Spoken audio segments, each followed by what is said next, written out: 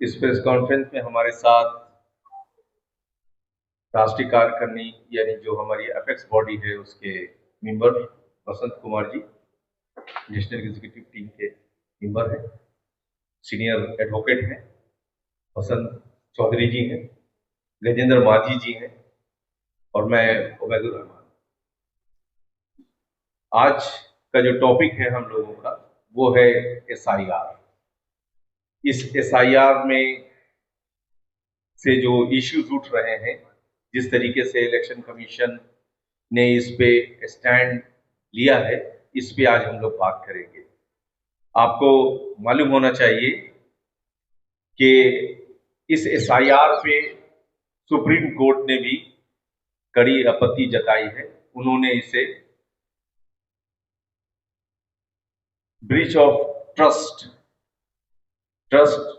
का वो बताया है, क्योंकि अगर संस्थाओं पे, खास करके इलेक्शन कमीशन जैसी संस्था पे अगर लोगों का बिलीव उठ जाए, उस पर भरोसा नहीं करे, तो ये लोकतंत्र के लिए अच्छे संकेत नहीं है। उनको जितने इश्यूज हैं, खास करके जो 65 लाख वोट जो काटा गया है, वो क्यों कटा, उसकी डिटेल इलेक्शन कमीशन को देनी चाहिए, बतानी चाहिए कि आखिर ये वोट काटने का कारण क्या है, किन लोगों का कटा है। ये सारी चीजें उनको खुल करके बतानी चाहिए, बजाय इसके कि वो प्रेस कॉन्फ्रेंस करके अनर्गल इल्जाम लगा दें, ऐसे हास्यास्पद बातें बोल दें, हंसी के पात्र न बने, चीजों का सही तरीके से जवाब दें जो इश्यूज है।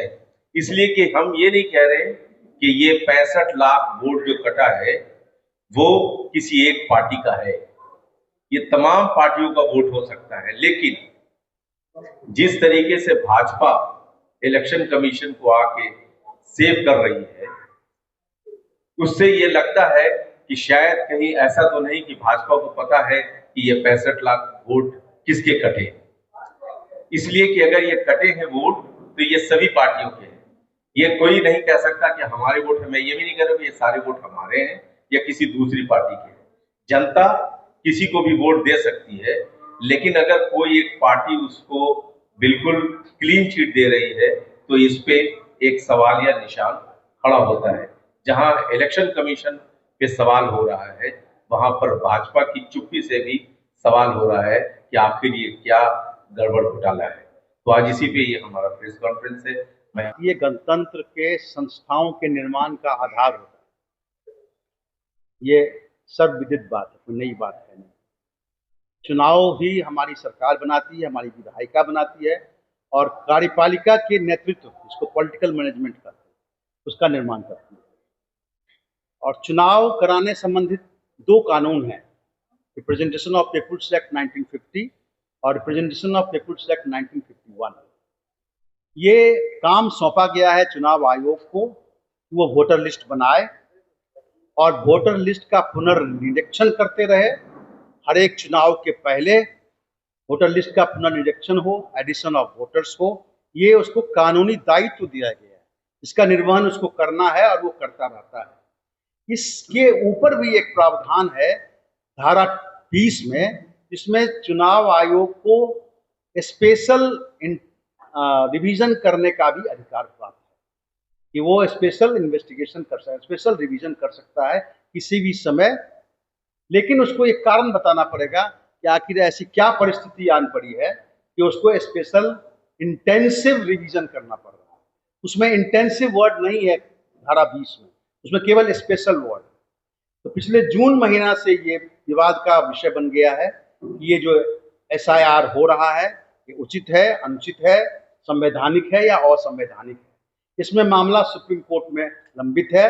इसमें कुछ अंतरिम आदेश भी पारित हो चुके हैं। हम लोगों ने भी बिहार पटना हाई कोर्ट में एक आवेदन दाखिल किया है, लेकिन वो चूंकि चुनाव सुप्रीम कोर्ट इस बात की सुनवाई कर रही है, तो यहाँ वो लंबित है। अब देखिए कि सुप्रीम कोर्ट के हस्तक्षेप के बाद 2 बातें तो अवश्य हुई हैं।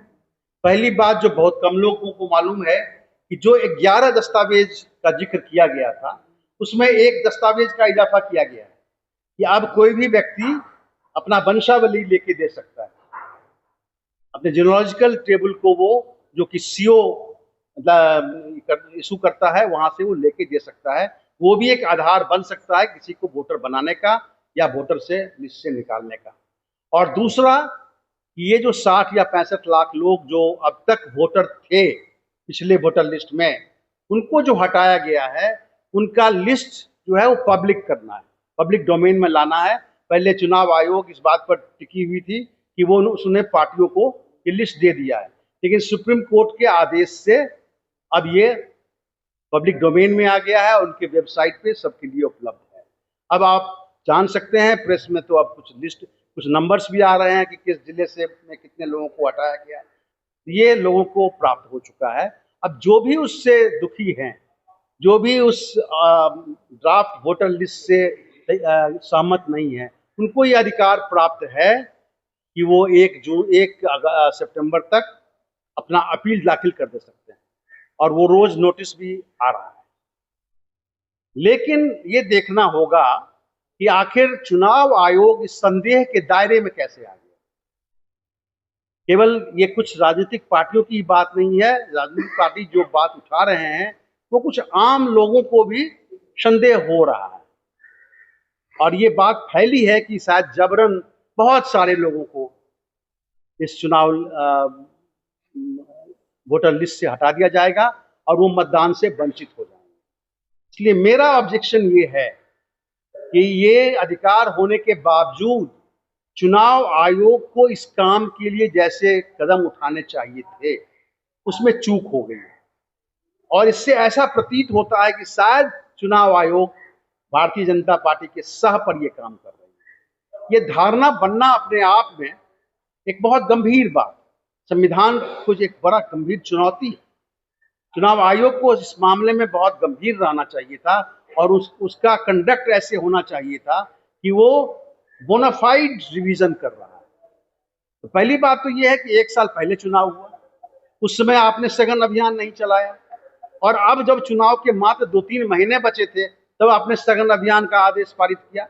ये एक संदेह खड़ा करता है जो जेन्युइन है, पब्लिक आवाज उतनी जेन्युइन है। और वो जो 10 दस्तावेज पर जिद किया गया कि वही दीजिए, आधार कार्ड मांगा गया, उसको ऑप्शनल बना दिया गया, उस पर कोई नाम काटा नहीं जा सकता था। इससे लगता है कि चुनाव आयोग ने गलती की है। अभी सघन अभियान की आवश्यकता नहीं थी, अगर ये करनी ही थी तो मार्च अप्रैल के महीने से शुरू होनी चाहिए थी और पूरा सघन होना चाहिए। मैंने खुद आवेदन देके देखा है कि बीएलओ जिस तरह से रजिस्ट्रेशन कर रहे थे, हर एक घर में तो फॉर्म भी नहीं भेजा गया, लोगों ने बीएलओ के बूथ नंबर पे जा के फॉर्म ले के फॉर्म भर के दिया है। तो जितना वो बतला रहे हैं कि उनके इतने हजार बीएलओ बहुत तत्परता से काम कर रहे थे, ये भी गलत बात है। तत्परता नहीं थी, गंभीरता की कमी थी। और सबसे बड़ा मेरी आपत्ति है कि चुनाव आयोग को प्रेस कॉन्फ्रेंस नहीं करना चाहिए। कुछ जो संवैधानिक संस्थाएं हैं वो विज्ञप्ति दे सकते थे, प्रेस में स्पष्टीकरण दे सकते थे, राहुल गांधी के आरोप का जवाब दे सकते थे, लेकिन उनको प्रेस कॉन्फ्रेंस करके चुनौती देना, ये कहना कि आप माफी मांगिए, ये बिल्कुल अनुचित है। कोई भी संवैधानिक संस्था, उच्च न्यायालय, सुप्रीम कोर्ट पर भी आलोचनाएं होती है, हाई कोर्ट पर भी आलोचनाएं नहीं होती हैं, लेकिन उसका चीफ जस्टिस आके कभी प्रेस कॉन्फ्रेंस नहीं करता। प्रेस कॉन्फ्रेंस जो है वो एक पॉलिटिकल एक्शन, हम लोग पॉलिटिकल पार्टी हैं तो हम लोग प्रेस कॉन्फ्रेंस करते हैं, प्रेस के मार्फत जनता को अपने विचार बतलाते हैं। लेकिन चुनाव आयोग जो एक बिल्कुल इंडिपेंडेंस ऑटोनमस बॉडी है, उसको इस तरह से प्रेस कॉन्फ्रेंस नहीं करना चाहिए।